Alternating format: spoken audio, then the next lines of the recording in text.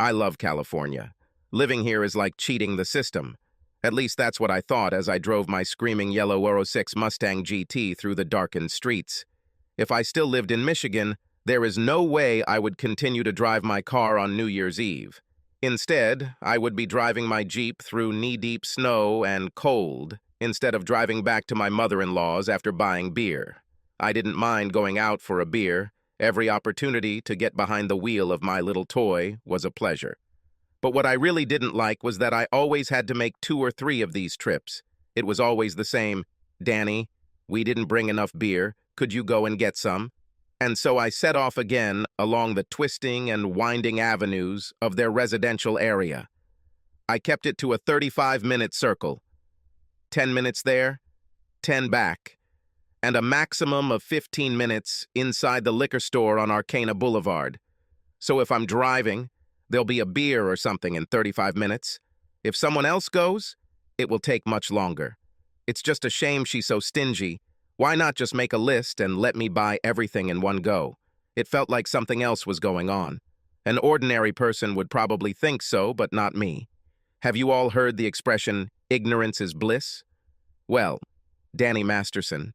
I must have lived an extremely happy life because I had no idea what was going on. I jumped out of my Stang with a smile on my face and a song in my heart.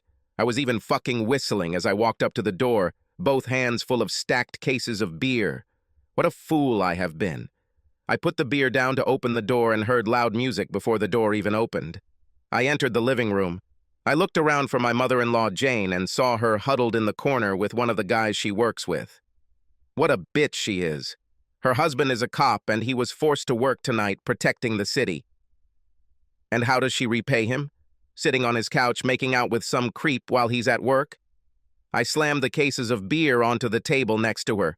"Get up and get your beer yourself from now on," I shouted to her. I looked around the room for my wife Kara and didn't see her. I started pushing through people. For some reason, many of the people present seemed to want to talk to me. But I was no longer in the mood to talk. I just wanted to find Kara, tell her what her sister had done, and get out of there. I started looking for her from room to room and could not find her. So I went upstairs. A couple of guys tried to block my path, but to no avail. I easily slipped past them. I noticed Jane following me, looking scared, but I didn't have time to listen to her bullshit right now. Finally, at Jane and Randy's bedroom door, I heard voices. It seemed like it was Kara. So I opened the door. The room was dimly lit, but not so dimly lit that I couldn't see the scene on the bed. There were 5 or 6 guys, gathered around the bed, having sex scenes with my wife. I took a couple of pictures with my phone and made a short video. I walked up and hit the guy closest to me between the legs. He screamed and fell to the floor. The people on the bed had not yet noticed, but those gathered around began to scatter. I grabbed a pen from the table and stuck it in the ass of the guy who was having sex with her. He screamed in pain and started jumping. The other 2 guys started packing their things and denying everything when they noticed me. Kara just sat there in shock. "You shouldn't go home," I told her. "Never." "Danny, please wait," she cried, tears running down her cheeks. I turned and started to leave, but Jane bumped into me. "Danny," she began. "Your bitch sister can stay here with you," I said calmly. "But she's your wife and she loves you. This was supposed to be the last time," she said. "You really need to shut up before you get yourself into trouble," I replied sharply. "I have photographs of you in action. How do you think your husband will feel when he sees them?" "Danny, please don't show them. He'll never understand.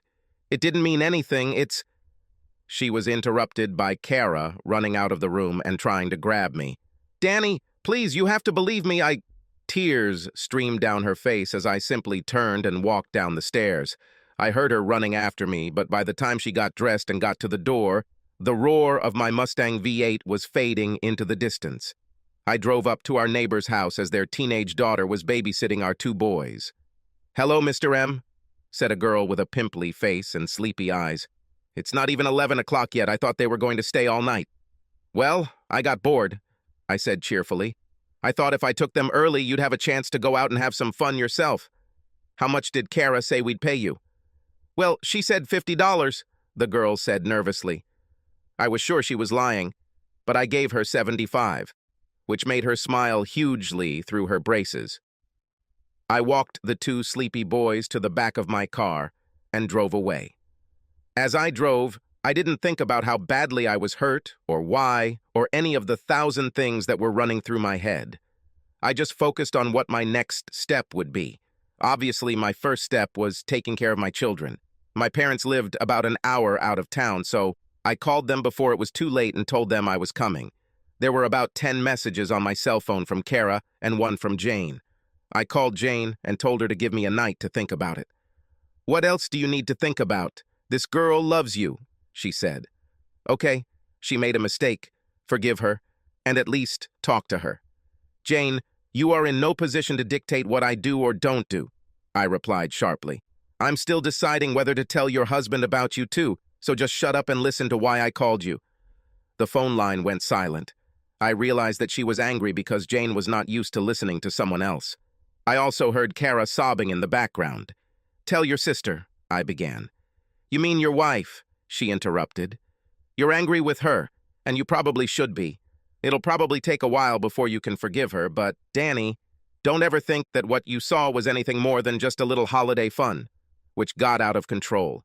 And please never doubt that she loves you, and you loved her enough to marry her." "Not anymore," I said. "Just tell her I need a couple of days to think about it, and I'll call her and we can talk after that. Also, tell Doug Martin and Fred Simmons and the other guys that were in the room that they need to call me soon, or I'll mention them in the divorce. And who knows what that will do to their marriages. If they're still there, I'll tell them myself. Hand them the phone. Danny, the party kind of ended after you left. Two had to leave for the hospital." I then heard more crying from Kara in the background. "Danny, please tell me you're not serious about getting a divorce. It's just a New Year's party, damn it. It's never hurt you before. And this was supposed to be the last time." "What the hell do you mean this?" "You mean she's done this before?"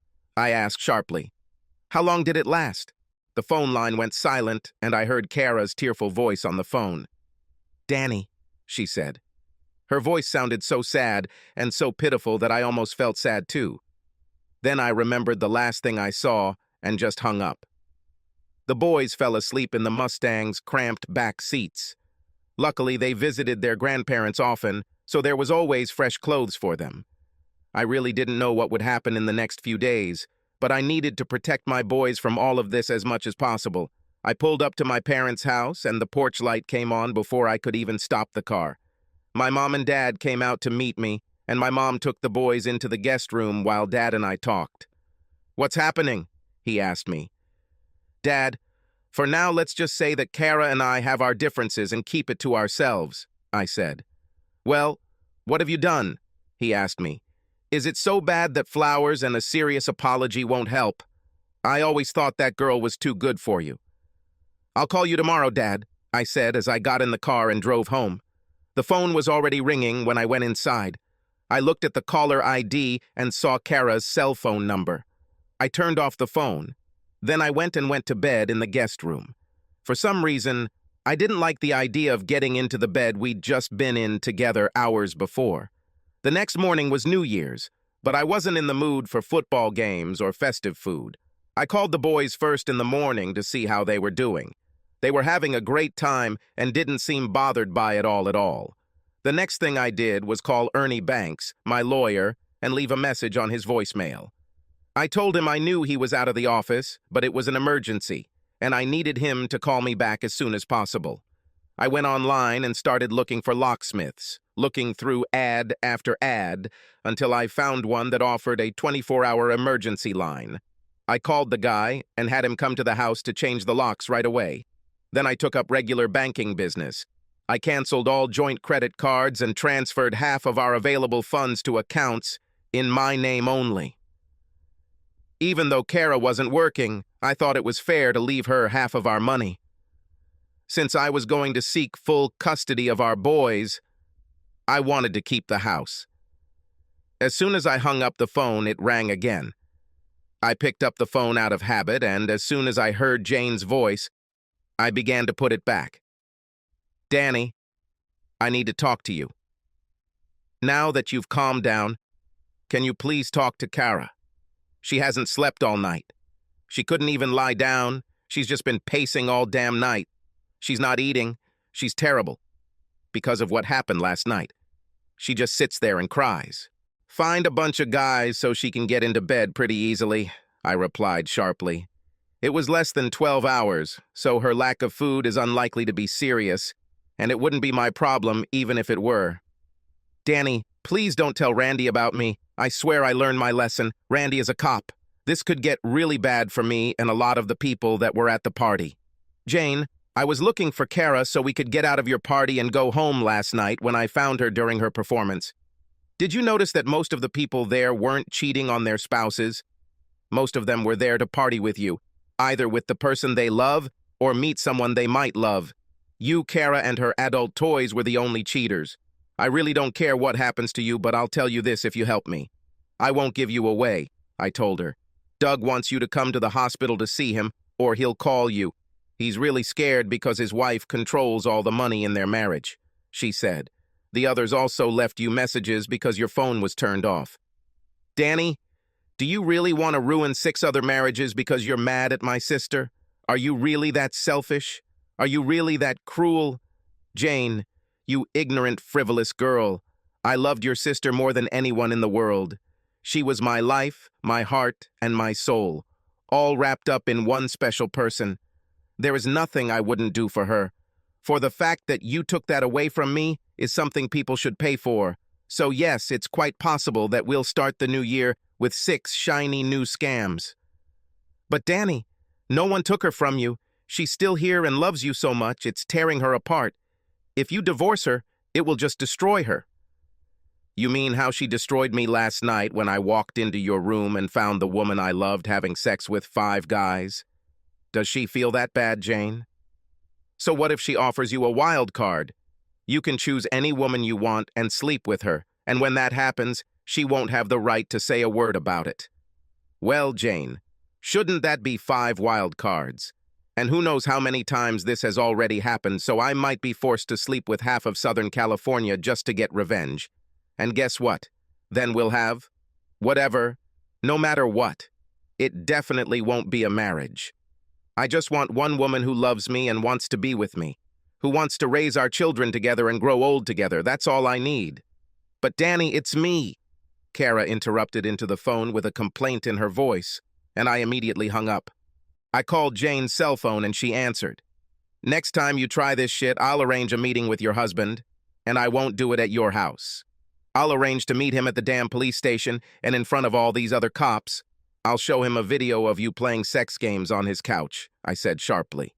What have I done? She asked, clearly scared. I already told you I don't want to talk to your cheating sister under any circumstances whatsoever, I said. The next time I talk to you and even hear her voice, I'll call Randy. But it's not my fault.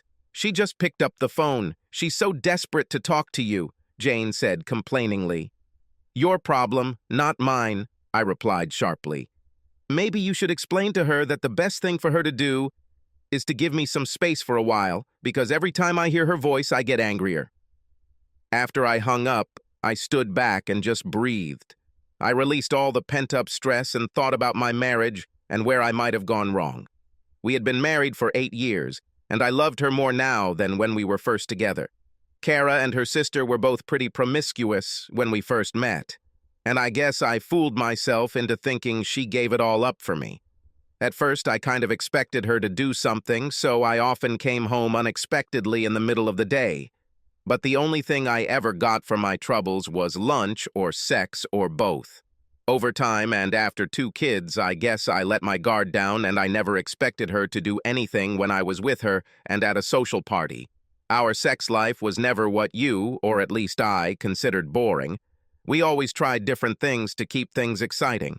I was willing to try anything she suggested if it was just the 2 of us. After seeing her with all these guys, it's obvious that I just wasn't enough for her.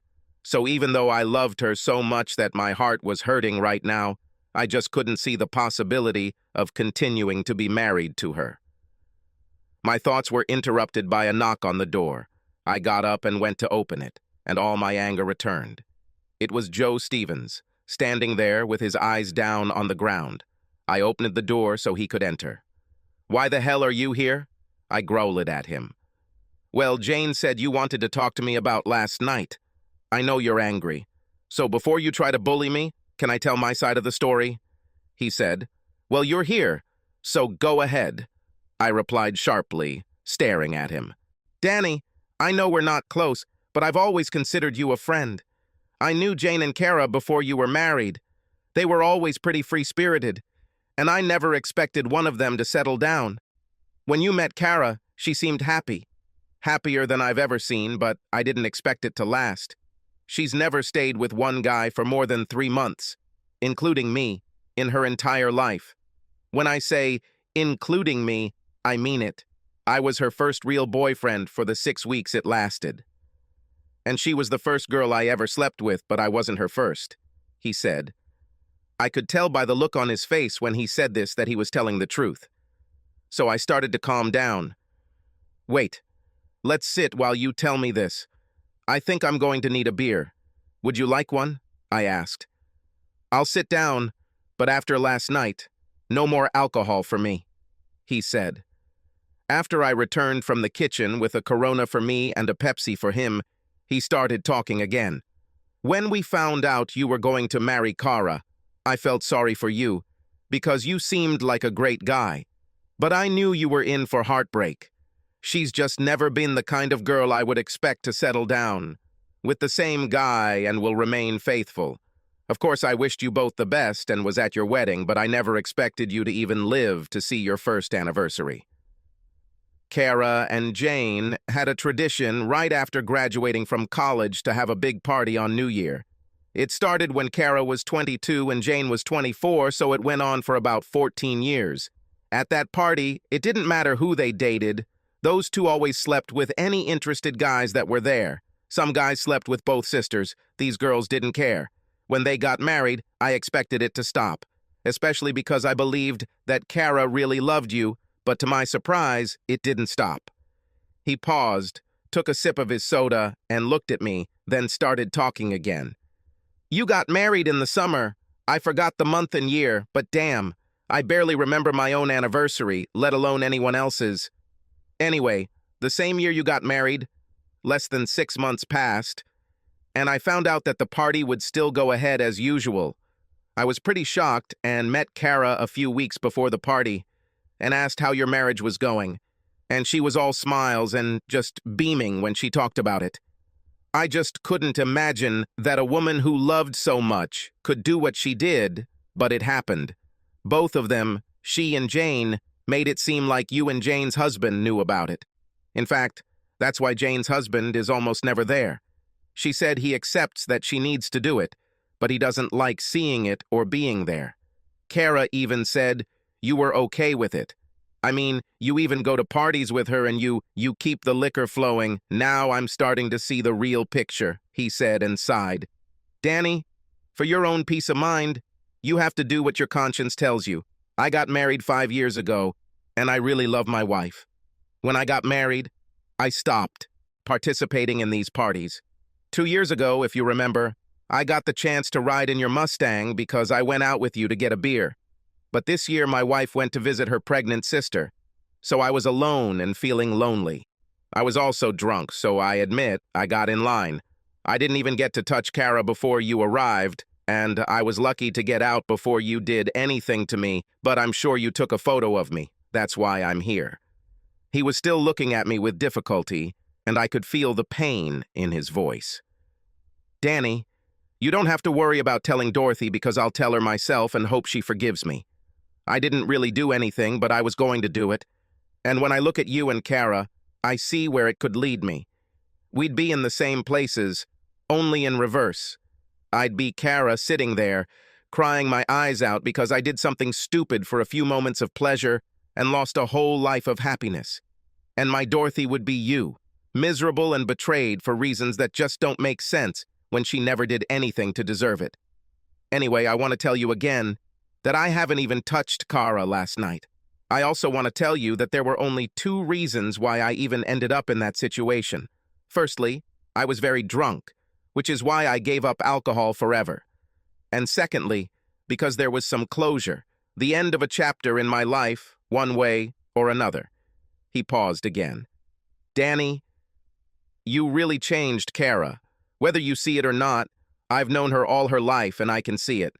Last night, right after you left for the beer and all the guys started coming upstairs, including me, she told all these guys that last night would be the last time she would ever have sex with anyone other than you because she loves you and just can't take it anymore. So last night really should have been her last performance, whether it meant anything to you or not, he said. Like I told you before, I've known Kara her whole life, and even when she was dating a guy, she always had her eyes on the next one. I could never imagine that she could be happy with just one guy, but I really think that she's happy and really loves you. Even before all this that happened last night, you and her boys were all she talked about. They say a leopard doesn't change its spots, but I really believe that Kara has changed. And I went to see her this morning before coming here, and you really should see her. She's really torn about this, he said. Anyway, you can do as you see fit. I just came here to apologize and say that I will do whatever you want to fix this. After he left, I sat there and thought for a long time, only becoming more confused. What hurt me the most was finding out how long this went on behind my back. When Jane told me that last night was not the first time, I thought that perhaps it had happened at a party another time and she thought I knew about it. But now I realized that the woman I had married and loved with all my heart could not feel for me what I felt for her. She never stopped cheating on me. She obviously did this when we were dating and throughout our marriage, and will probably never stop. Even if she was sincerely going to give it up now, how the hell could I believe or trust her again? She could bring me illness at any moment. Did I really know that the boys were mine? I packed all of Kara's belongings and personal items she might need for an extended stay into her car. Before I finished packing Kara's things, Ernie called me back. I explained the situation to him and told him what I wanted. I also told him that I wanted full custody of our boys if they were mine. I told him I would probably also blame at least 2 men from last night's party.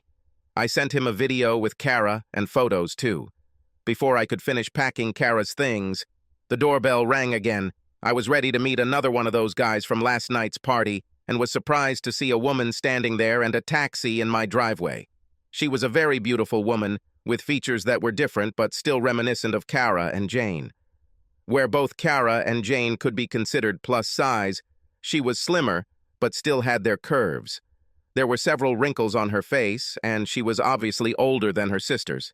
She was also older than me, but her overall impression was still amazing. "Hey, Danny," she said, setting down her suitcase and extending her hand. "Hi back," I mumbled, wondering who this woman was and why the hell she had a suitcase. "Where is my daughter?" she asked, looking around. "Whose daughter's yours?" I asked in response. "Kara and Jane," she said with a smile.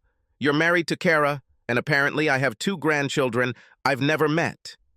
I know this is a big surprise for you, and I have no way of proving it to you, but I'm sure Kara will recognize me. Can I send my taxi?" I simply nodded my head and stepped aside so she could enter. "You don't have to prove anything to me," I said. "I see the resemblance, so I have no doubt that you are who you say you are. But I thought you were dead. Neither Kara nor Jane ever talked about family except each other, so I just assumed when they said you left that they meant, well, you know."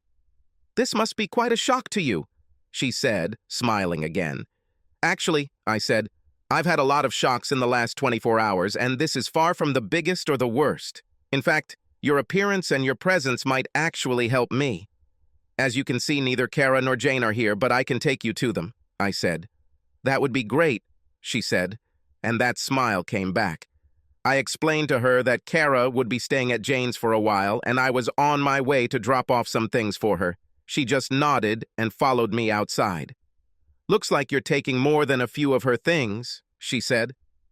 "Well, I don't know how long she'll be there," I replied. "So Jane and Randy are having problems again, huh?" she asked. "Something like that," I said, surprised how a woman who had never met me or Randy knew so much about us. "It'll probably be best if you go in Kara's car," I said, "and you can just follow me there. That way she can have her car and her things, and you can go with them." That sounds good, she said cheerfully. I have to admit, even though I didn't know the woman's name, her mood began to attract me. Since her appearance, I have become calmer. My own mother had a similar influence on me, although my father and I rarely agreed on any issue. Mostly because my dad thought his shit didn't stink and I was the only one telling him it didn't.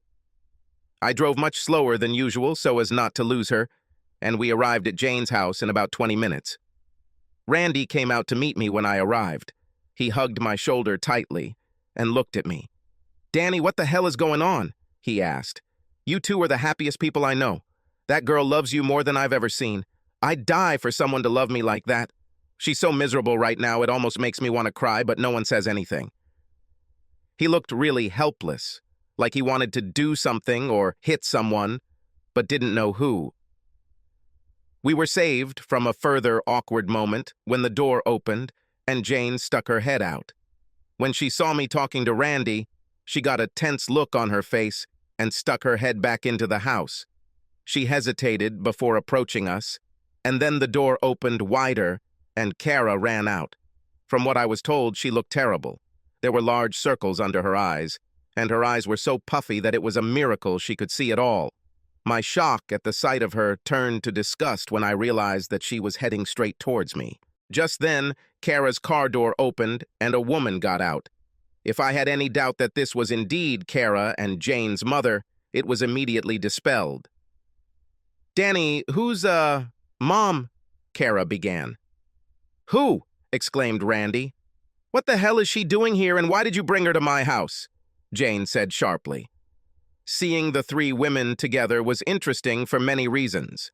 Firstly, three of them represented three completely different body types. First, there was my Kara. She was short and curvy, not particularly big-breasted, but her ass was a work of art. She was a little plump and had a round belly from having 2 children. Kara had short, shoulder-length blonde hair. Her eyes and nose were almost exact copies of other women. Then there was Jane. She was taller than both of the others. Jane had very large breasts. Jane had long, thick, brown, hippie hair. I often joked that she wore her hair so long to hide her missing ass. The woman standing between them was clearly the original.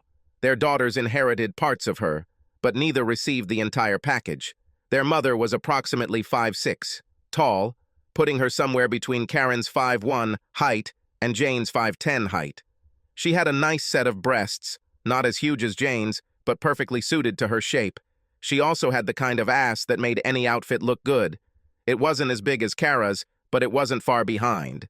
She had dark red-colored hair, and if you looked closely, you could see accents of Kara's blonde shade and some dark brown undertones that reflected Jane's brunette personality, too.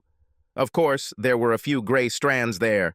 Her face was exactly the same as the 2 young women's, only with a little more lines on it and an expression of both experience and, I don't know how best to describe it, but she seemed at peace with herself in a way that her daughters were not. Maybe it was just the upcoming divorces, maybe not. But she seemed like someone who had been through hell, survived, and learned to accept herself for who she was. She didn't have to pretend or try to promote herself because she knew who she was and accepted it. "What the hell are you doing here? How did you find us?" Jane asked sharply, breaking the silence. "Hello to you too, dear," said her mother. "I have hired private investigators to check on you from time to time over the past few years. For most of the significant events in your life, I have been there, maybe not in person, but in spirit. Through the magic of video, I have indirectly enjoyed many of the events with you. I was at Kara and Danny's wedding.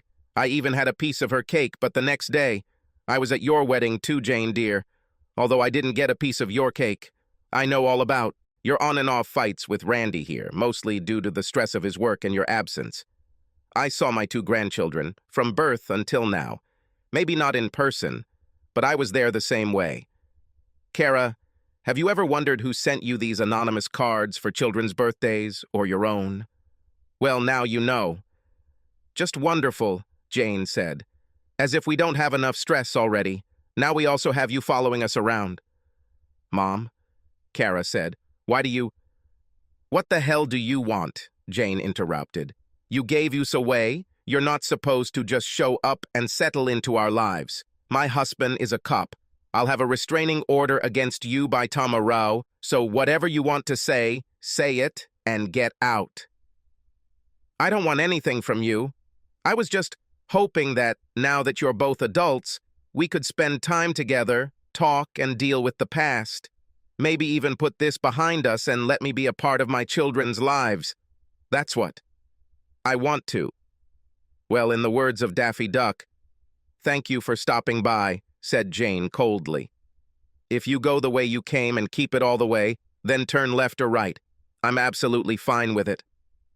No matter where it will take you from here. The sooner, the better." Then she turned to me. "What did you talk to Randy about, my dear brother-in-law?" she asked. "Or are you just here to see Kara?" "Danny, honey, you missed me so much," Kara said. "I'm so glad you came to me. I know we can get through this. I was wrong, I admit it, and I'll do anything to make it right." She was almost hysterical when she said this, and kept coming closer to me. I was retreating. It almost looked like she was chasing me around my Mustang in slow motion. If I wasn't involved in this and wasn't so devastated, it would be fucking funny. Finally, the excitement wore off, and I just said, "Stop, Kara. You should have given me time to think. Remember, I tried to be nice. I brought you your clothes and personal items, as well as your car. But if you insist on being pushy, it could all end right now. I even brought your mom to be with you and Jane. Maybe my problem is that I'm too kind and too trusting of people who don't deserve it." "Danny, what do you need to think about?" Randy asked. "You need to tell me what's going on. Sorry, dude. I thought you did something to upset Kara. That's how Jane put it, but I'm starting to realize I was wrong, aren't I?" He looked at Jane with the same expression the cops always use when they catch someone committing a crime or lying. "How does Jane fit into this picture?" he asked me seriously. "Listen, Randy, you and I will sit down and talk as soon as I come to my senses. There are a few more people from the party that I need to talk to, and I still have a meeting with Ernie tomorrow, but we'll definitely talk. I promise." Both sisters started talking at the same time. "No!" Kara shouted. "Danny, please! Anything but this. We don't need Ernie. This is us. We'll be together forever, no matter what. You promised me this." "Yes, but you promised me something too," I said sadly. Kara just sat down on the ground and started crying. "Danny, you don't need to drag other people into your problems," Jane said. "Just because I support my sister doesn't mean you have to talk to Randy." She suddenly stopped talking and almost bit her tongue when I looked at her. I could tell she was trying to make Randy think her only involvement was helping Kara. She quickly changed tactics. "Well, at least you can take Sandra to the airport or to the motel. I don't care where," she said sharply. "Even if we talked, there's no room for her here. Kara sleeps in our second bedroom, and the bed is too small for two. Well, at least now I know the name of my mother-in-law.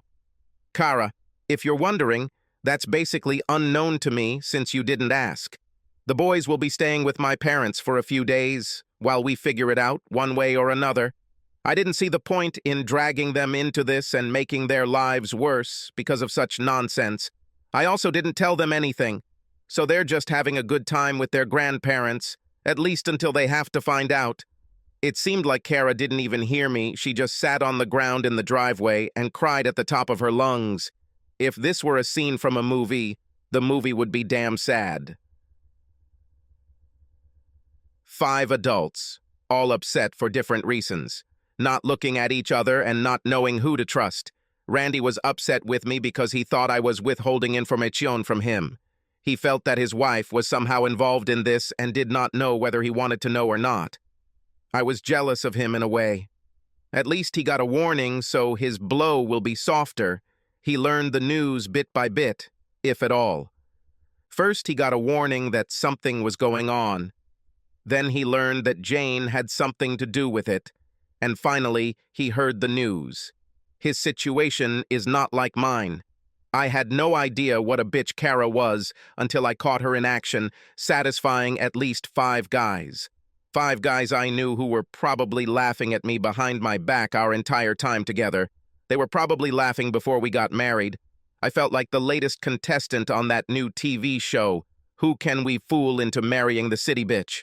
Jane was upset, primarily because Jane always gets angry about something. This time she actually had a reason to be angry. She was angry at Kara, not because Kara did what she did, but because she got caught and started this whole thing. She was angry with me because I caught her in the act and kept her marriage in the balance. She also knew that deep down I despised her and considered her partly to blame for what happened to Kara and to me. She was angry at Randy because she knew he would never understand what she did and she knew she would lose him, and because, in her own way, she loved him, and losing him would be hard for her. She was also angry at her mother, but I didn't know where that came from. Kara was angry at Jane, but I didn't know why. She was mostly upset because she had been caught with her hand in a cookie, and now she had to be punished. I didn't try to understand her feelings or motives because I didn't know her. Before yesterday, if someone had told me that Kara was cheating on me, I would have taken it both ways. I would laugh in his face and take revenge on him, but I wouldn't believe it. One of the cornerstones of my life was the fact that Kara loved me, and now that was destroyed. Sandra was upset because even after all these years, her only children were not ready to forgive her for what she had done in the past, and also because she saw that there was a big problem here, and no one was allowing her to intervene to help. She had to just watch and do nothing. We all know why I was upset, so let's move on to something else.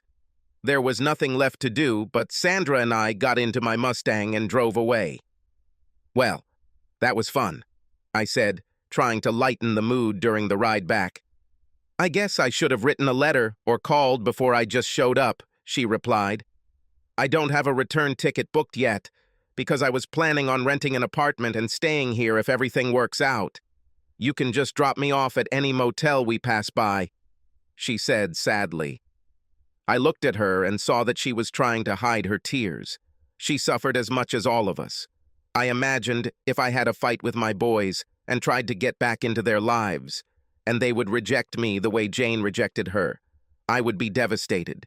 She was so lost in thought that she never looked up during the entire trip back. When I pulled the car into the driveway and turned off the engine, she knew we were back home. You forgot about my motel, Danny, she said. No, ma'am. This is your motel. I have plenty of space. And if you stay long enough, maybe you can meet your grandchildren. Besides, maybe you shouldn't be alone after such a disappointment. You don't seem to be the one, either a person who would just give up, I told her. She laughed a little at this and nodded her head. I offered Sandra, or Sandy as she told me to call her, our guest room. She showered and went straight to bed that night. The next morning I woke up and the house smelled wonderful. I looked at my watch and realized I had overslept, but it didn't matter since I didn't have to go back to work until Wednesday, and I wasn't sure I'd be back at all then. The boys also had the next 2 days off, so everything was fine. I needed to find out where this smell was coming from. I went downstairs and found Sandy in the kitchen. She set 2 plates and prepared coffee and pancakes, as well as the delicious bacon that was the smell. I had to use your machine. I'm sorry, she said. You only had fake bacon.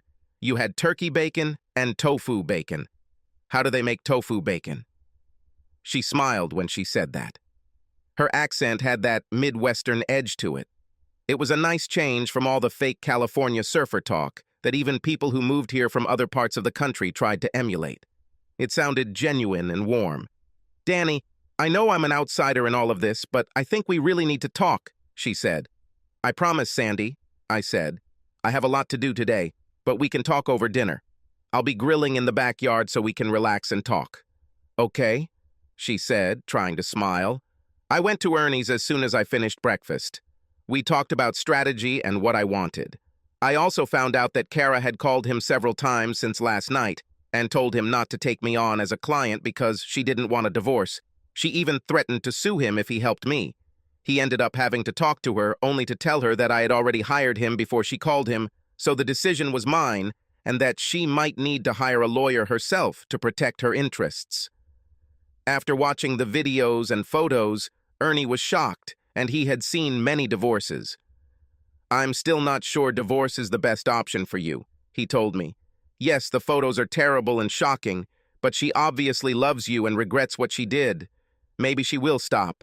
And by the looks of it, you still love her too. Your life will be hell without her for a very long time.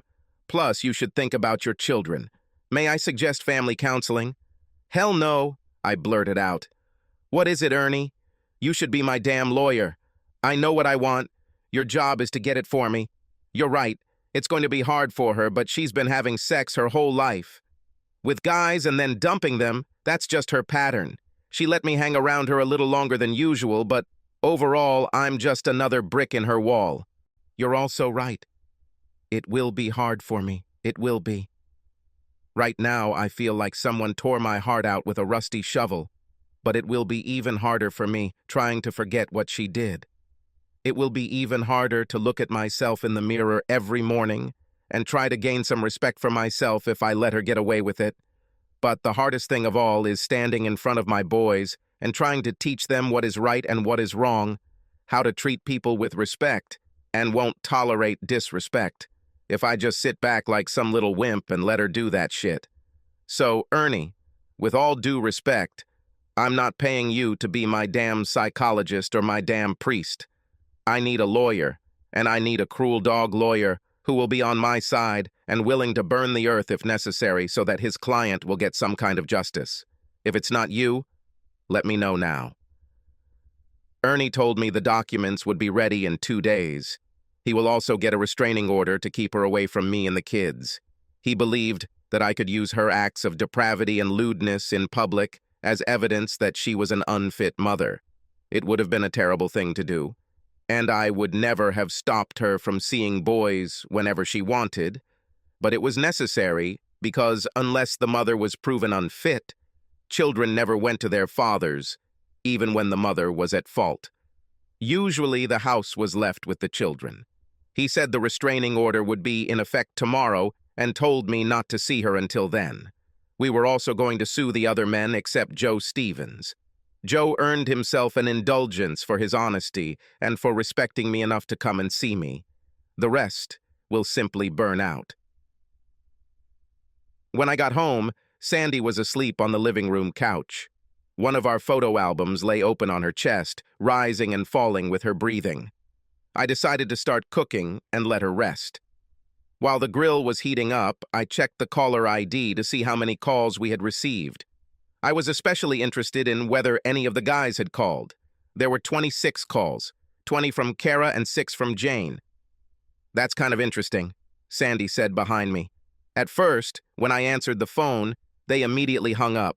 Later, Kara was at least polite enough to say that she wasn't sure if she should talk to me and that she would really like to talk to you, so could I please hang up so she can leave you a message? Jane, on the other hand, just cursed and hung up on me every time I answered. I poured her a glass of Kara's favorite wine, and we sat on the deck while our steaks grilled. Danny, I think you need to talk to someone about what's going on between you and my daughter. I'm not saying it should be me, but I'm here, I'm available, and I care. Besides, I'm already guessing what it is and I won't judge, but I think you need to talk it out before you burst. I'm fine, Sandy, I said. It doesn't even bother me anymore. I just need some time. Tough guy, huh? She said, smiling. Last night, a little after midnight, I got up to drink a glass of water. You know, I had to walk past your room to go down the stairs. I heard you crying in your sleep. It was the saddest thing. I've heard. I know it's tearing you apart, so you need to talk about it. If not with me, then with someone else. I stood up and turned the meat over. He sat back down next to Sandy and started talking. From the first moment I saw her, I was sure that Kara was the woman of my dreams. I knew she was pretty wild, but I really thought she calmed down when we started dating. I never saw so that she would even look at other guys, and I just never noticed other women when she was around. After about 2 years of dating, I proposed to her. She, of course, accepted it and asked what the hell took me so long for a long time. She told me that from the first words I ever spoke to her, she was mine. My heart belonged only to her. Well, at least, she had that part of me for herself. When our son Matthew was born, it was the happiest time of my life. During her pregnancy, I was too nervous to enjoy it the first time, but The second time, I took pictures and recorded all the changes in her body. They were good times for us. Now, I doubt the boys are even mine. We always went to parties and things like that, but we did it together. In the 8 years of our marriage and 2 years before that, I never had any reason to suspect anything. 4 days ago, at Jane's New Year's Eve party, I returned from buying the beer they sent me to and found Jane kissing on her couch in the middle of the living room with a guy she knew from work. If I hadn't interrupted them, who knows what it would have come to this. After talking to her, I'm sure it would have gone further. Not my business, not my concern or problem, but I was still angry. Randy is a good guy and he doesn't deserve this. Anyway, I decided to take Kara and leave. I eventually found her in the upstairs bedroom having sex with 5 guys. I haven't spoken to her since then. I intend to get a divorce as soon as possible. I loved her with all my heart and soul, and I want you to know that I truly intended to be with her forever, just like she said.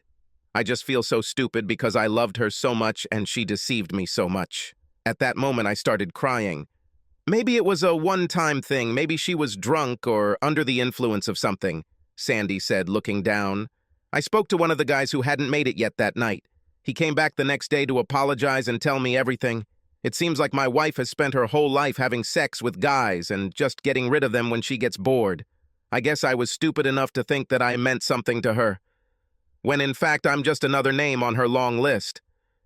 She's probably at Jane's right now and laughing at me, I said.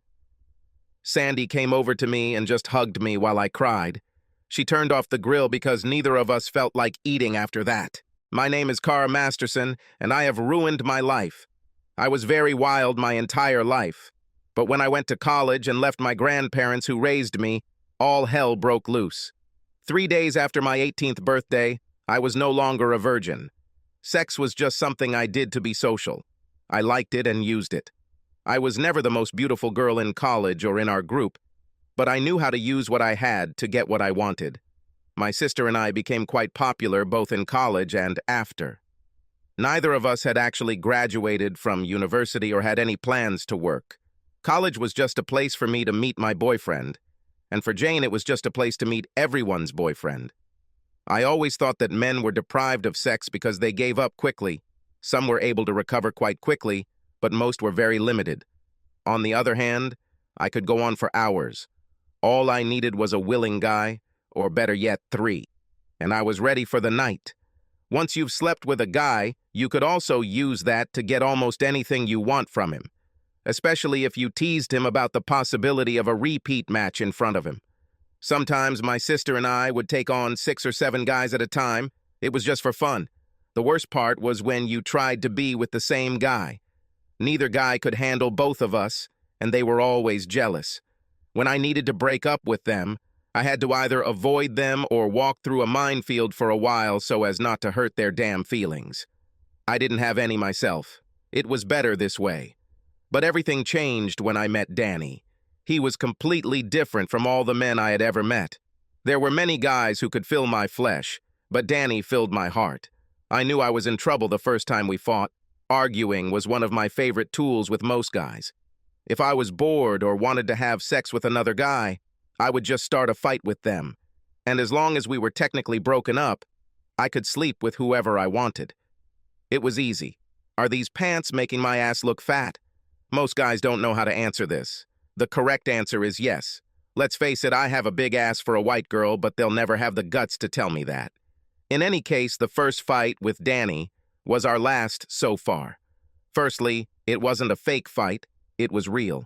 And secondly, because as soon as he left, I started crying. I felt like my heart was going to stop. I really wanted to die. My sister couldn't understand what happened.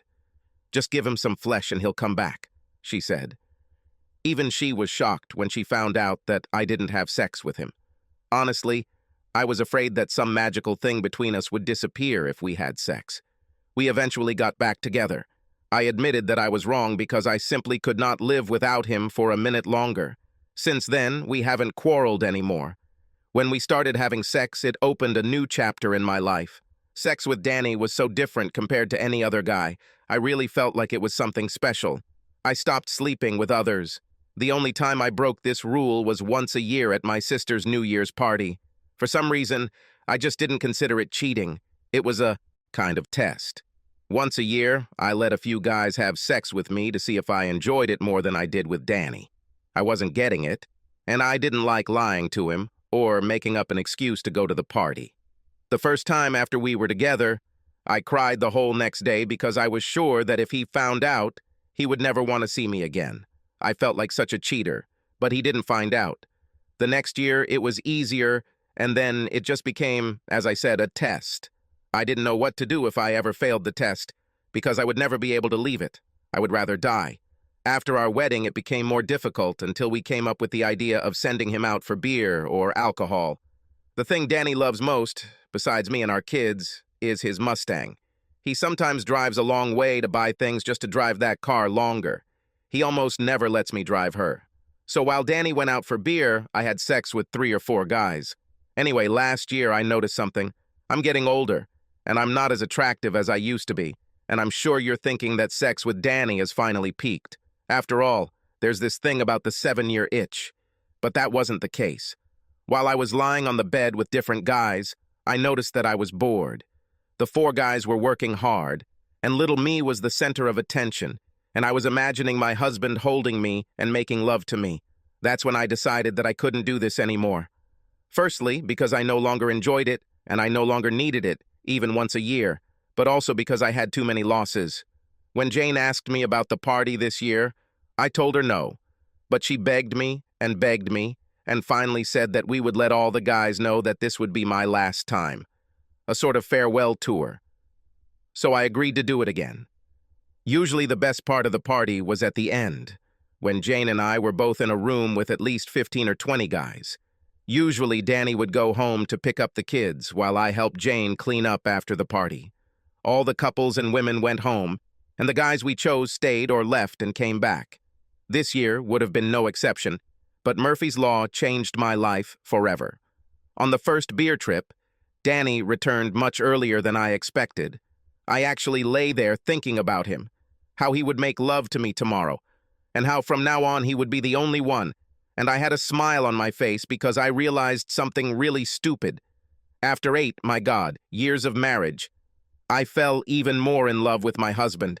I couldn't wait for him to come back to me, and I had plans for our next New Year. And suddenly, I heard a noise, which was unusual.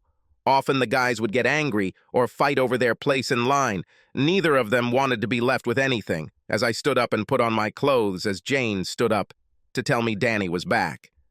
I later found out that Jane quit her post.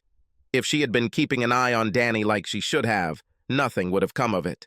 Anyway, I was about to yell that, if they didn't stop fighting, no one would get me anymore when I looked up and saw Danny. At first, I didn't say anything because I was too shocked.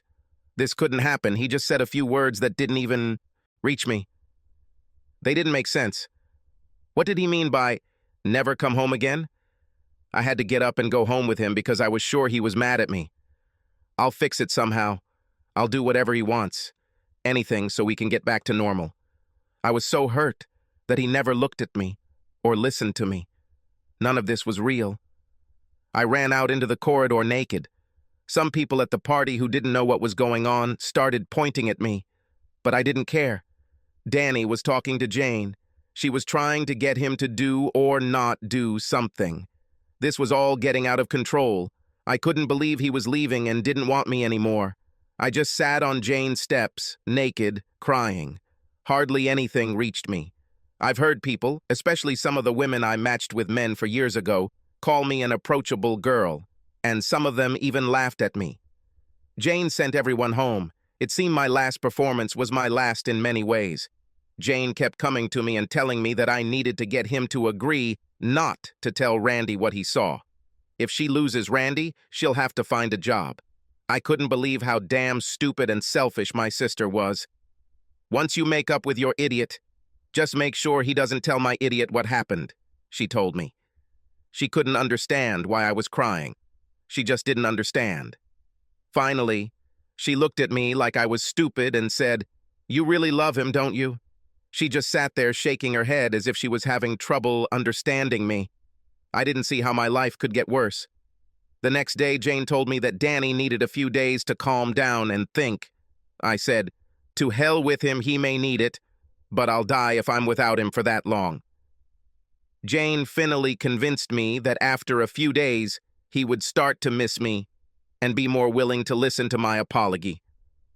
I told myself that I would wait 2 or 3 days and then come home to him, even if I had to get on my knees and beg him to take me back. The next day, I thought I heard his Mustang pull up, and Jane looked outside and told me it was him. "Looks like the fool already misses you," she said. "Don't let him get the better of you or you'll have to eat crap for a long time. Make it look like you might not want him back. Make him think you're starting to miss him, that you're missing him. His ego will be wounded and you will be in control again." "Jane, shut up," I snapped at her. She just shrugged and went outside.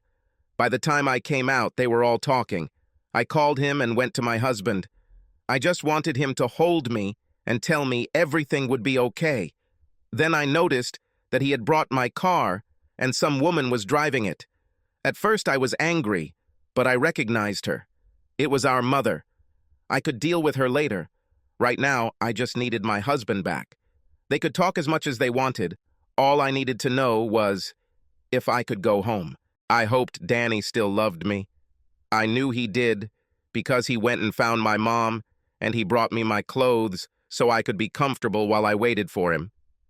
He even brought me my car so that when he called me, I could go home without having to wait for my stupid sister to drive me. Then I heard them talking again. I didn't understand most of it, but one name caught my attention. Ernie. Ernie was Danny's lawyer. Why does he need a lawyer? Then it dawned on me, and I started screaming and screaming. This couldn't happen. Why did he want a divorce? I was wrong. I already admitted it. This was the moment he had to forgive me and take me home, and we were supposed to live a happily ever after. There will be no divorce in this story. Then Danny and my mom just drove away, leaving me sitting in the driveway trying to figure out how to wake up. The next day, I just sat near the clock and called him again and again, hoping that at least once he would answer the phone. Even if he doesn't want to talk to me, I just needed to hear his voice. I also left him many messages. Jane tried to get me to eat, and I kept telling her that I would eat when I got home. I'm sure she thinks I'm crazy, but I don't trust her anymore. It's her fault after all. A few minutes ago, Jane called me to the door. A strange woman in a business suit handed me a stack of papers and made me sign a form that I had received. Danny is trying to divorce me. There was also a warrant keeping me away from my children. To be honest, I wasn't worried about the kids at all. Danny takes great care of them. He's a wonderful father. What really hurt me even more than the divorce was that he is doing a DNA test on our children to determine if he is their father. Their birthdays are in April and July. Since I only really cheated on him at New Year's parties, it's impossible for anyone else to be their father, but let him do the testing if he wants. This only depressed me even more. It made me realize that I had lost another aspect of my life. Because I was so wild when I was young, many people thought I was approachable, but Danny always considered me a princess or his angel. If he doubts the paternity of our children, it can only mean that he now also sees me as available girl. I thought about swallowing the whole bottle of pills Jane brought me to help me sleep until Jane told me he was coming to talk to us. I needed to shower and get dressed for him to want me again. I had to convince him that he didn't need to divorce me. I will do whatever he wants for the rest of my life just to get him to stay with me. After I got out of the shower and got dressed, Randy brought a man into the living room. Randy said that this man was a very good lawyer and would represent me. I told Randy I didn't need a lawyer, but he insisted. When Danny arrived, he was alone. He did not have his lawyer with him. I wanted to send everyone away so we could talk alone. I wanted us to sit on the swing on our porch and for him to just hold me, like when I carried his children. It was the best feeling of my life. Why did I throw this away? Danny said it was okay for my lawyer and Randy and Jane to stay. Jane was nervous. She said that she and Randy shouldn't stay because it was a private matter. But Danny wanted them and the lawyer to stay. Danny told me that he loved me very much, but that he couldn't be with me anymore because of what I did. I was focusing on the part about his love, but I still asked how long it would take for him to forgive me. When he said that he could never trust me again, so we couldn't be together, everything around me seemed to start to shrink. My lawyer suggested marriage counseling. Danny said he didn't think it would work. My lawyer said the court could order it. Danny asked my lawyer if he knew the facts of the case. The lawyer admitted that he did not know. That's when things got really bad. Danny recounted everything, including his meeting the next day with Joe. When the meeting ended, Randy stood up, gathered his things, and left. Jane, too. Jane became very angry and started crying and screaming at Danny. "You said that if I help you, you won't tell him," she screamed. Danny just laughed in her face and said she wasn't any help. "I haven't spoken since then. That was 4 months ago, and our divorce will be final in 8 weeks, and I haven't spoken a word to anyone since." According to the terms of the divorce, Randy agreed to take care of me until I could take care of myself. His insurance pays for the nurse and doctors I go to. Mostly I'm fine, I just decided not to talk to anyone until Danny forgives me. At least not publicly. Jane has tried dating and tried to find another man. But first of all, she's not getting any younger, and her big, sagging breasts aren't as attractive to them as they used to be. I guess guys don't have any thrill in winning someone that anyone can easily sleep with. Secondly, she discovered that she too was in love, and Randy wanted nothing more to do with her. Danny brings the kids to see me once a week. He doesn't have to, he just does it. Sometimes Mom comes with them. The day I met Kara and her lawyer bit was stressful for all of us. I intended to reveal all the details so that she would know what I wanted and why. I ended up telling Randy and Kara's lawyer the whole story.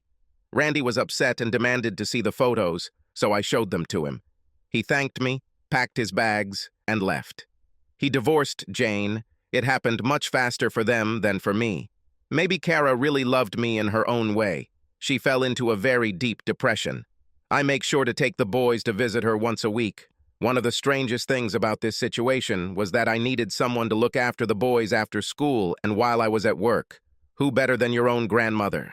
Everything was going great until I started to notice that for a woman who was at least 10 years older than me, Sandy was much more attractive than I had ever noticed. I heard the whole story about how Sandy got pregnant with Jane at 19, and her parents pretended that Jane was Sandy's sister. But when she got pregnant again a few years later, they kicked her out of the house shortly after the birth of the child. Over the years, she tried to see her children again and again, and when she was finally allowed, their grandparents turned the girls so against her that it was no use. Now that they were finally old enough, she hoped they would give her a chance. But everything had gone to hell. Over these months, Sandy and I grew closer to each other until we both noticed that there was some sexual tension between us. One of the things I like most about Sandy is her honesty. "Oh, good thing it's not just me," she said one morning. "Well, I guess I should probably start looking for a place before something stupid happens." "What are you talking about, Sandy?" I asked her. "Well, I've been celibate for the last 10 years, she said. "But the last month or so, I've been horny as hell. And I must admit that I have feelings for you. But I'm your mother-in-law, and you are still married to my daughter, who is currently mad with grief. You will still be legally married to her for 7 or 8 weeks, although technically you are a free man." "Sandy, what are you talking about?" I asked again. "I just noticed how you were looking at my shirt," she began. "A few minutes ago, you were looking at my ass and my legs, and you have a tent in the front of your pants. Last night, while we were watching that stupid cartoon with the kids, I caught your eye on me 5 times, and when our eyes met, I realized that you wanted me, and not just for sex," she said. "You are happy again, perhaps not as happy as with my daughter, but it's as if a huge weight has been lifted from your soul. I have a feeling that if we continue living under the same roof, something stupid will eventually happen, so I should probably move in." "Sandy, this is your private space," I said. "You are family, and there is more than enough room for all of us. The boys love you. They are very confused right now about what is happening with their mom, and you are helping to fill that void. So for no one else, the reason is that you should stay." I told her, As for us, to be honest, I have to admit that I feel something for you. I probably felt it from the first minute you appeared. Maybe that's becoming more apparent now that Kara's situation has started to heal. I understand that there are problems here. Bastur in that's dotuen destete. Fact that I married your daughter is an 800-pound gorilla that stands between us all the time. But to be honest, my relationship with Kara ended before you even came to the city. You didn't do anything to stop this. It's all her credit. If you had come along while we were still together, you would have seen that hell or high water couldn't tear us apart. But I think our love was not flexible enough to last more than 5 years. I looked into her eyes when I told her this. You should also know that no matter how I feel about you, even if over time it becomes even stronger than it is now, I will never force you to do anything you don't like. There was a long silence, and then she nodded her head. We sat on the couch at opposite ends, both hands reaching towards each other, but not touching each other.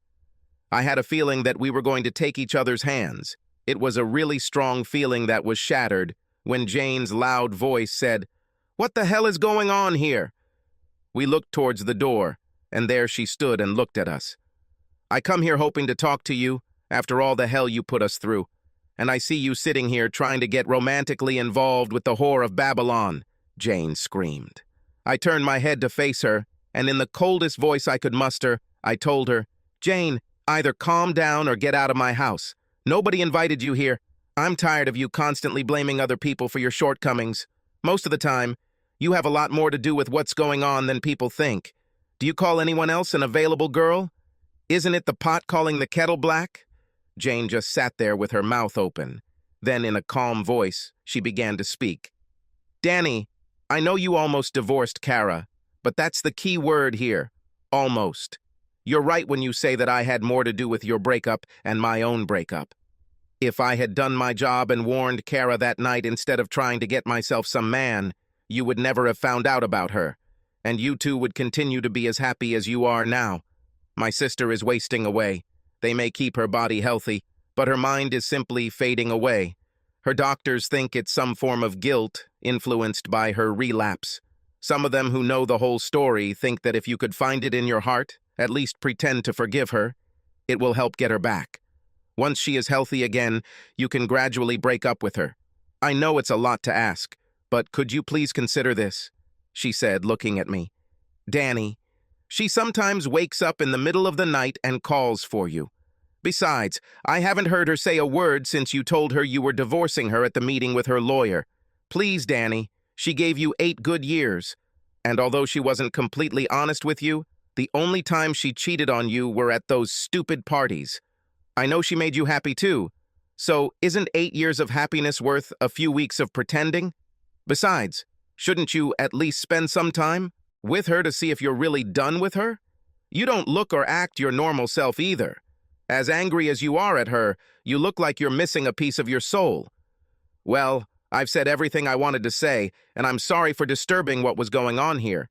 Jane turned and left as quickly and quietly as she had come. Needless to say, the mood in the house changed after that. The next morning, Sandy brought it up. "Danny, I think you need to do this," she said without preamble. I was having breakfast before heading to work, and the boys were watching another morning cartoon show. "Your room or mine?" I asked. "But shouldn't we wait until the boys are asleep?" "That's not it, silly," she said seriously. "But if there's any chance of it, if it's something real, then it can wait a few weeks. Jane is a bitch. I can say that because I'm her mother, and because there was a time when I was just as big of a cheater and a bitch as she is now. Someday I'll tell you about it. But bitch or not, she was right on 2 counts. First, even if your marriage wasn't perfect, although I know it was like that, I think we should give Kara a chance to get better, even just so you don't end up with her medical bills for the rest of your life. But also because if, and now I'm just saying if, there will be something between us, the way it is between you and me, this thing with you and Kara needs to be resolved. Jane, the bitch, was right again when she said you were missing something. For us to move forward, I need you whole and unharmed, not looking back and comparing me to my daughter every time we have a problem. And I know that of all of us, this will be the hardest for you, she said. Jane will kick Kara out of her house for a while. I'll be able to spend at least some time with one of my daughters, and even the boys will get their mother back, or what's left of her, for a little while. You'll be the one who gets hurt the most by this. We'll make you spend some very intimate time with the person who hurt you the most than anyone else. But she's also the person you love the most, so maybe we can see what's really meant to be. As she said this, she put more bacon on my plate. The next day was Saturday. I was up early, and before I could leave the house, I ran into Sandy, who, as usual, was preparing a huge breakfast for me and the boys. She caught me looking at her as usual and walked over to me. I didn't know what to expect from her, but what I got wasn't it. She hugged me tightly, and her warm, soft body pressed against me and caused an immediate reaction. "I just want to thank you for trying to do this," she told me. "If this is the kind of gratitude I can get used to, I'll try something new every day," I joked. She shyly moved away from me. "Danny, sit down for a minute," she said. "I don't know what's going to happen with you and Kara. I really hope for my daughter's sake that while she's here, she'll come out of her crisis or whatever it was, and that you can be together again. I really believe she loves you, and I hope for the best for both of you. But if it doesn't work out that way, I'm willing to try us. But I have to warn you about some things. First of all, I may be partly to blame for the way my girls turned out. I was just like them at their age and younger, so you don't get someone who is pure as snow. But I've been through so many things that were a direct result of my behavior and lifestyle and ended up not getting nothing in return. The situation got so bad that guys would just come and expect that they could sleep with me and just leave after that. I had no friends, and I had already lost my family. When I eventually got sick, I had no one to call for. I took a serious look at my life and realized that I didn't have it. Everyone I knew was married or in a long-term relationship. It's funny, but a lot of women were jealous of me. I couldn't understand why. Oh yeah, every time when there was a party, there were a lot of guys around me, but they were only there for one reason. They didn't want to talk to me, didn't want to talk to me about my day or spend time with me. They didn't really want me at all. They only wanted one small part of me. So I just decided to give up sex. And after that, even when I went to parties, once word got out, I was quite lonely at parties too. I know what I want from life and from relationships now. I want what you had with my daughter. I want what we have now, only with a little, much more intimacy. I like it when you come home and ask me about my day and tell me about yours. In my entire life, you're the first man who actually wanted to know more. I love it when you go out there and wash that damn car that you washed the day before, although there's not a speck of her while I'm cooking dinner. I even like it when you think I'm not looking and try to peek through the holes in the legs of my shorts from underneath the car. I really like it when we sit under the blanket and eat ice cream while my grandchildren fall asleep in front of the TV. And I look forward to the day when we go to sleep in the same room after we put them to bed. She took my hand as she said all this. "Danny, I may not be the best woman in the world. I may not even be the best woman in the world for you. We may have a whole bunch of problems that we don't even know about. But I promise you that if you and Kara have nothing, will work out, I will be the most faithful woman you have ever had. You will never have to worry about me cheating on you. I learned the hard way that there is a big difference between love and sex, and I know what I need for the rest of my life." "Damn it," I said. "Sandy, why are you telling me this now?" I had to get up and move away from her. She laughed as I tried to control my excitement. "I just don't understand women. You know what I have to do today. You also know that the only reason I'm even trying to do this is because you want it. I told you, like everyone else, that my marriage, Kara, will be legally over in a few weeks. From the first second I saw her in that room with all those guys, there was no hope for us. So for the next few weeks, I'll have to pretend around her while I do all this. I'll want you for a while. It won't be easy." She reached out to hug me again, and I stepped back.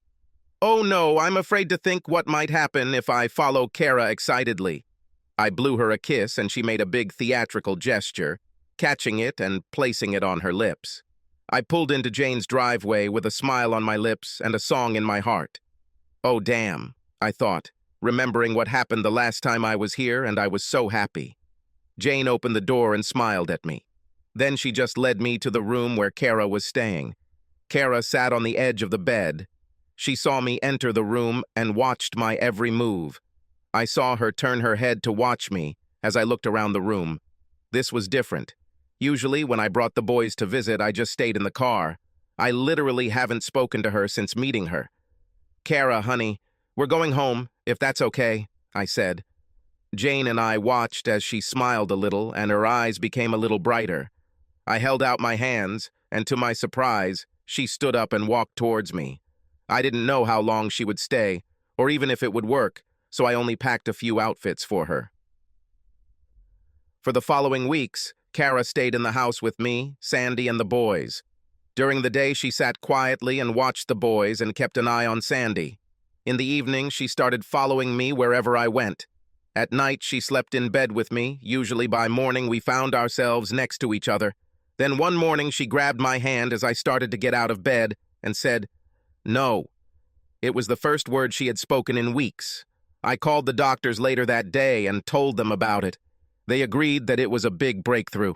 I started counting down the days until this farce was over, and I could be with Sandy. The next morning, I woke up and Kara was wrapped around me, her arms wrapped around my waist, and one of her legs draped over mine. Her nightgown lifted up to position her legs so I could see everything she had. I smiled at her as I got out of bed, and she pouted a little. It was another small step forward. The next morning was an even bigger step. I always went to bed facing away from Kara. I faced the windows when I slept, and there was usually about a foot of space between me and the edge of the bed. When I woke up in the morning, Kara had apparently gotten out of bed and walked around to lie on my other side. My back was pressed against her. My arms were wrapped around her.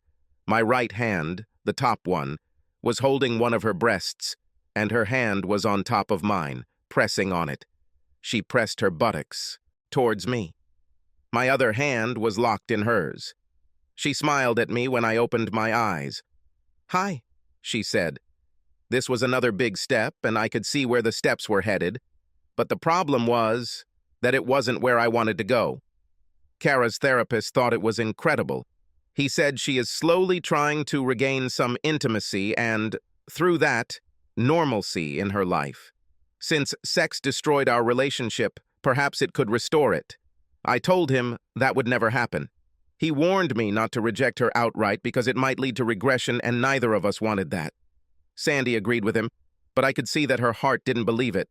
The next morning, the same thing happened again, except that somehow, while she was changing positions in bed, all her clothes suddenly came off. My right hand was rubbing her breasts. Kara made little sweet sounds as she pressed her buttocks against me. As I started to stand up, she grabbed my leg to stop me. "Please, Danny, I need you," she said. Her first full sentence in a very long time. "You have me, Kara. I'm just going to work," I said gently. "I need you inside me," she said in an almost pleading tone. "Soon," I told her. "I'm not sure you're ready for that." "I was ready for this even before you left me," she said. I told Sandy about the incident and conversation and noticed that she seemed a little sad, but she told me to do what I thought was right. That day at work, I had a visitor. Joe Stevens walked into my office and he looked miserable. "Joe, why did you come?" I asked. "Remember when I told you that I wanted to make things right between us?" he asked. "Yeah, Joe, I didn't tell your wife or mention you in my divorce.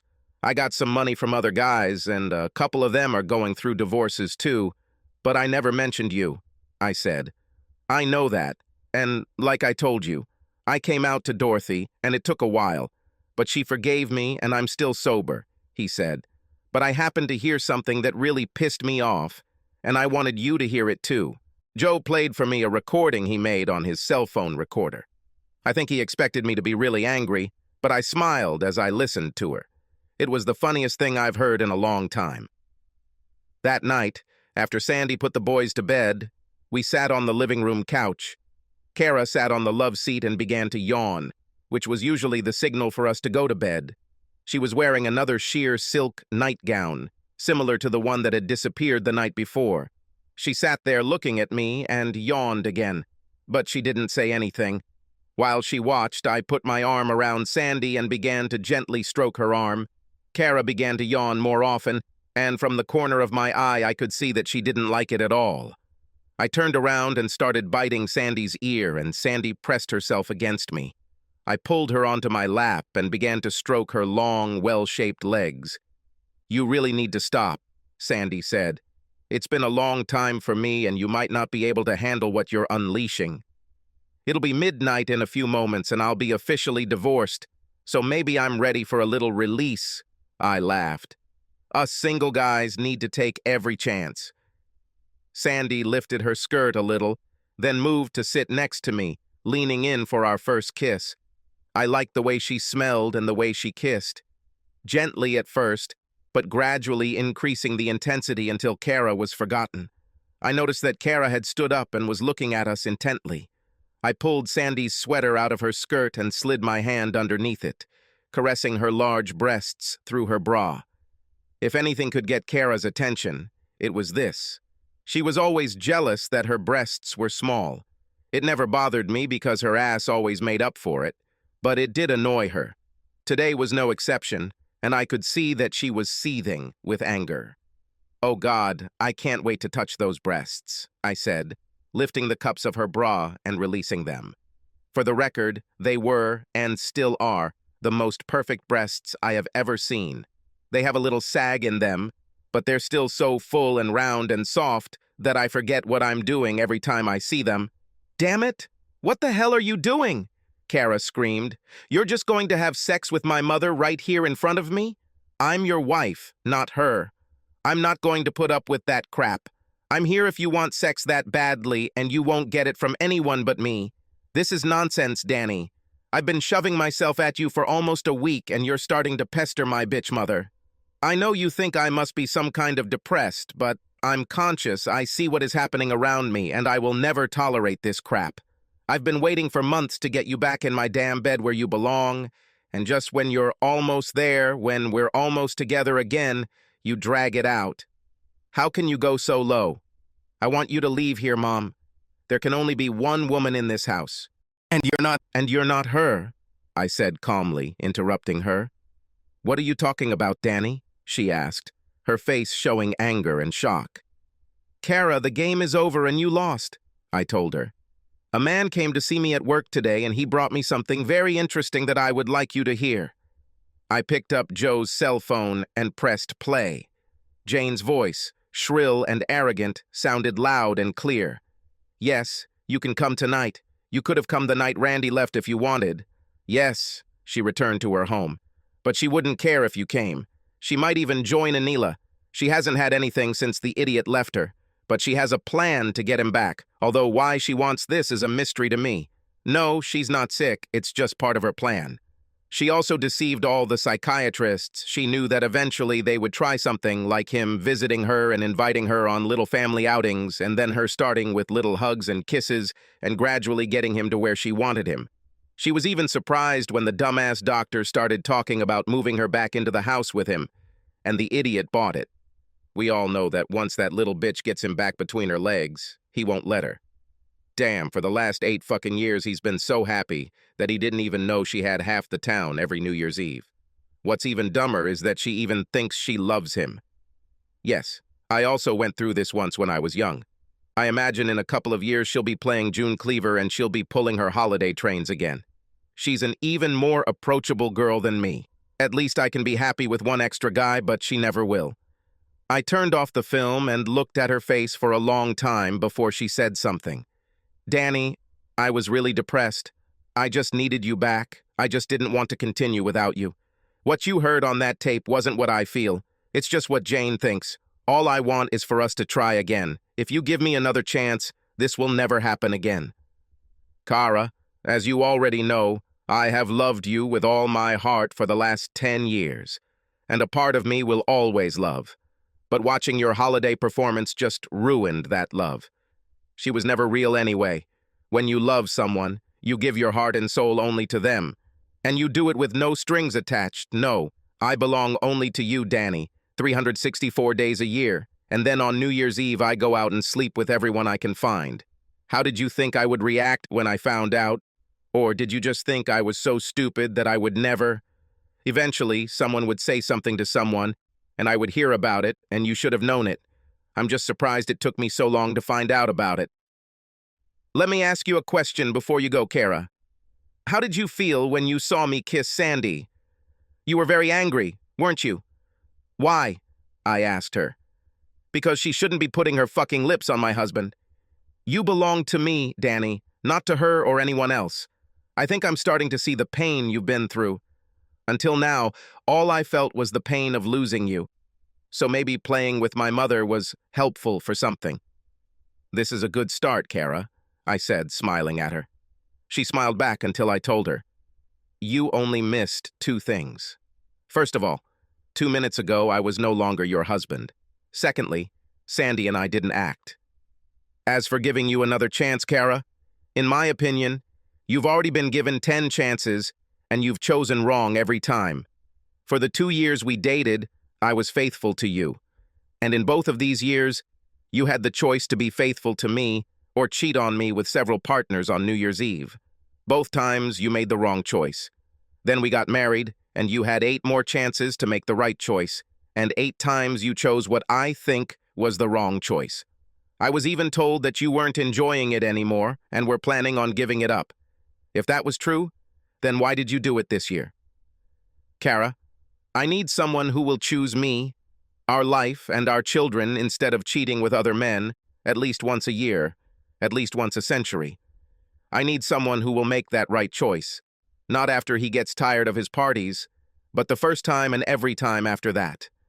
I loved you, Kara, but you are now my past. I need to find my future. Oh, and by the way, you should probably call Jane to come get you because I forgot to tell you that the restrictive order is still in effect. Why the hell would I call Jane? She answered sharply. She is the one who ruins my life all the time. I just thought bitches tended to bunch together, I said as I started pushing Sandy up the stairs. I know some of you are in shock right now, thinking, he chose her mother. Yes, I chose. And it's even worse than you think. I married Sandy the next day. Anyway, we are still happy and still together 5 years later. Kara sometimes comes in to see the kids and scolds me and Sandy. She continues to ask me for another chance and claims that she is now abstinent herself. I'm not entirely sure I believe her, but I'm absolutely sure that I don't care. She now lives in the house where Jane and Randy used to live. Randy married one of the female officers he works with, and he's happy too. Jane never gave up her New Year's parties and contracted a strange, virulent form of venereal disease. Unfortunately, when she was diagnosed, the only remedy was surgery, and she died from complications during surgery. It looks like they were right about at least one thing, at least for Kara and me, that New Year was our last. Subscribe to our channel so that your second chaff doesn't cheat on you, and go ahead and listen to the next story, because this story is nothing compared to the next one. If you're under 18, don't even think about listening to the next one. Listening to the next one. Listening to the next one. Listening to the next one. Listening to the next one. Listening to the next one. Listening to the next one. Listening to the next one. Listening to the next one. Listening